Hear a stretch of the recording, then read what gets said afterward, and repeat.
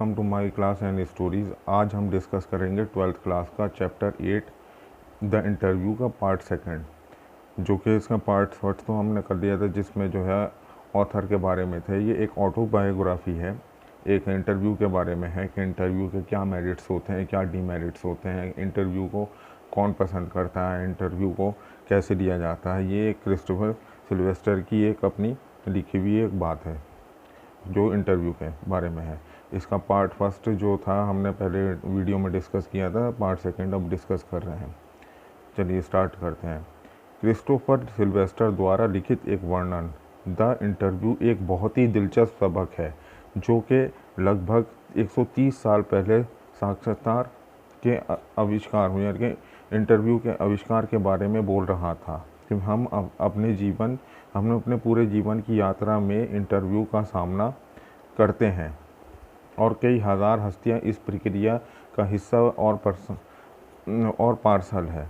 Interviewer की राय कि इस कार्य की विधियां, खूबियां और काफ़ी विभिन्न होती हैं।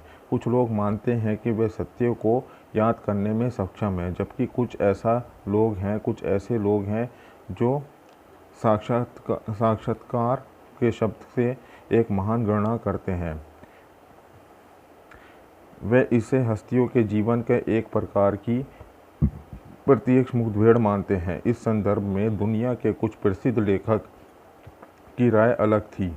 वी.एस. के अनुसार नौपाल एक महानगरीय लेखक, कुछ लोग ऐसे इंटरव्यू से घायल हो जाते हैं, जो जर्नलिस्ट होते हैं उनसे घायल हो जाते हैं और खुद का एक हिस्सा खो देते हैं। मीन्स कि उनको अपनी सारी बात बताते हैं। नीचे दिए गए अम्बर्टो इको का एक साक्षात्कार के एक उदाहरण उन्होंने द हिंदू में मुकुंद प्रधानमंक की रिपोर्टिंग में दिया है। मुकुंद एक बार एक अंग्रेज़ी उपन्यासकार डेविड लॉस की टिप्पणी की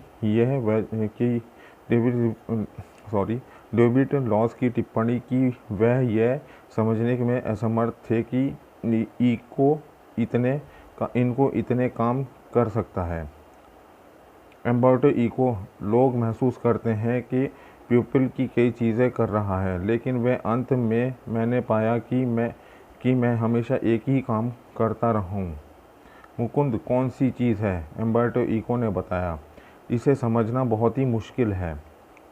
मुझे कुछ दार्शनिक रुचियां मिली हैं जिन्हें मेरे उपन्यास और अकादमिक कार्यों द्वारा अपनाया गया है। बच्चों के लिए मेरी किताबें, जो उसकी एकेडमिक बुक्स होती थी, वह शांति और अहिंसा के बारे में है और यह सब दार्शनिक हित हैं। तब भी वे एक रहस्य है। हम सभी के जीवन में बहुत सारी खाली जगह होती है। मैं उन्हें अंतिम 11वीं कहता हूँ, मतलब इंटरमीडिएट जिसे कहते हैं। मान लीजिए आप एक लिफ्ट में हैं, मेरी जगह पर आ रहे हैं, मैं एक रूम में बैठा हूँ, मैं आपका इंतज़ार कर रहा हूँ। ये एक अंतरालीय है, इंटरमीडिएट टाइम गैप जिसे कहते हैं। वह खाली जगह है, मैं खाली जगह पर काम करता हूँ। आपकी लिफ्ट पहली से तीसरी मंजिल तक आएगी और मैं इसका इंतज़ार कर रहा हूँ। मैंने पहले ही एक लेख लिखा है कि इस इंतज़ार के वक्त में, जैसे कि हम कोई इंतज़ार करते हैं किसी भी चीज़ का, किसी डॉक्टर के यहाँ जाते हैं तो उसमें जो है नंबर लगता है कि अगर कोई पेशेंट जाए तो वहाँ पे पेशेंट्स बहुत सारे होते हैं, तो किसी का नंबर आता है 40, तो वो अभी गया, तो उससे पहले वो उन 39 पेशेंट्स को डॉक्टर देखेगा और उस भी जो आपका वक्त होगा वो एक इंतज़ार में गुजरेगा। उसी को कहते हैं, उसी टाइम के बारे में ये ऑथर बता रहे हैं। मुकुंद, यह आपका गैर काल्पनिक लेखन होना चाहिए। आपके काम में इसके बारे में एक निश्चित चंचल और व्यक्तिगत गुणवत्ता है। वह एक नियमित शैक्षणिक शैली के एक प्रशासन में आप अनौपचारिक दृष्टिकोण अपनाया होगा। अम्बर्टो इको, इटली में मेरा पहला डायरेक्टर शोध प्रबंध प्रस्तुत करते हुए प्रोफेसर में से एक प्रोफेसर में से एक ने कहा, विद्वानों ने कुछ विशिष्ट विषयों को सीखा है, फिर वे बहुत सारी झूठी परिकल्पनाएं करते हैं, उन्हें सही करते हैं और निष्कर्ष देते हैं। मीन्स के कोई भी अगर वो एक थ्योरी होती है, रिसर्च होती है, कोई एक थ्योरी इस्टेब्लिश की जाती है, तो उसमें उसका फैक्ट्स होते हैं, उसके डीमेरिट्स होते हैं, मेरिट्स होते हैं, उसके फंक्शंस होते हैं और उसका इम्प्लीकेशन होता है और अल्टीमेटली उसका कंक्लूजन। ये इसके बारे में बात कर रहे हैं। लेकिन वह अपने शोध की कहानी बताई। 22 साल की उम्र में मैं समझ गया था कि विद्वानों की किताबों को वैसे ही लिखा जाना चाहिए जैसा मैंने किया था, शोध की कहानी बताकर। इसलिए मेरे निबंधों में एक कथात्मक पहलू है। 50 साल की उम्र में मैंने उपन्यास लिखना शुरू कर दिया था। मुझे याद है कि मेरे दोस्त रोलैंड बॉदर्स हमेशा निराश थे कि वे एक निबंधकार थे, उपन्यासकार नहीं। वे कुछ रचनात्मक लेखन करना चाहते थे, लेकिन उनकी मृत्यु हो गई। मेरे मामले में मैंने दुर्घटना से उपन्यास लिखना शुरू किया। उपन्यासों के कथन के लिए मेरे संवाद को संतुष्ट किया।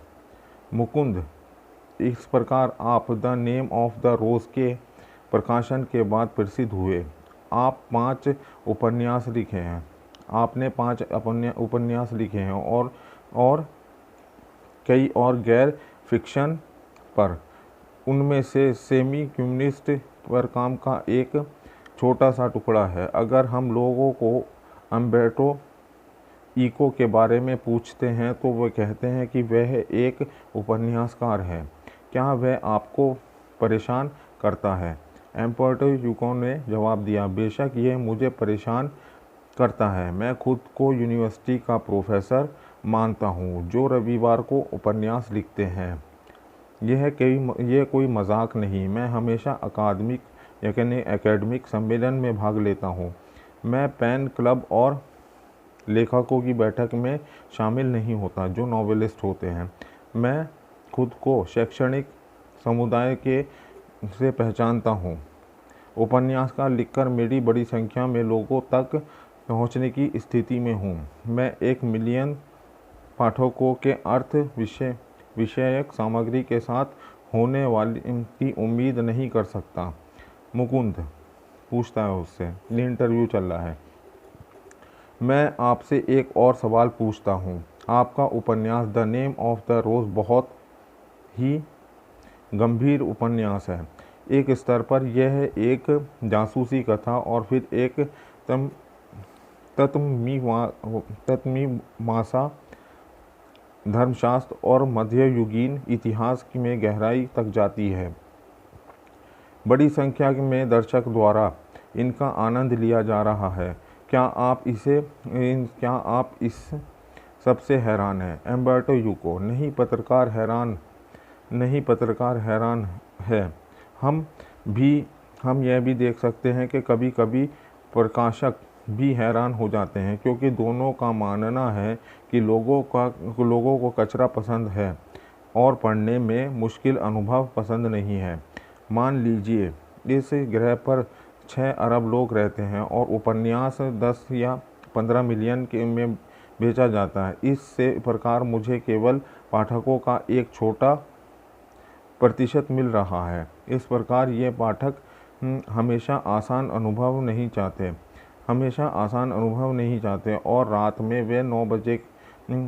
में 9 बजे रात को खाने के बाद मैं टेलीविज़न देखता हूँ और मियामी वाइस या आपातकालीन कक्ष देखता हूँ, इमरजेंसी कक्ष देखता हूँ। मैं इसका आनंद लेता हूँ और मुझे इसकी ज़रूरत है, लेकिन पूरे दिन नहीं।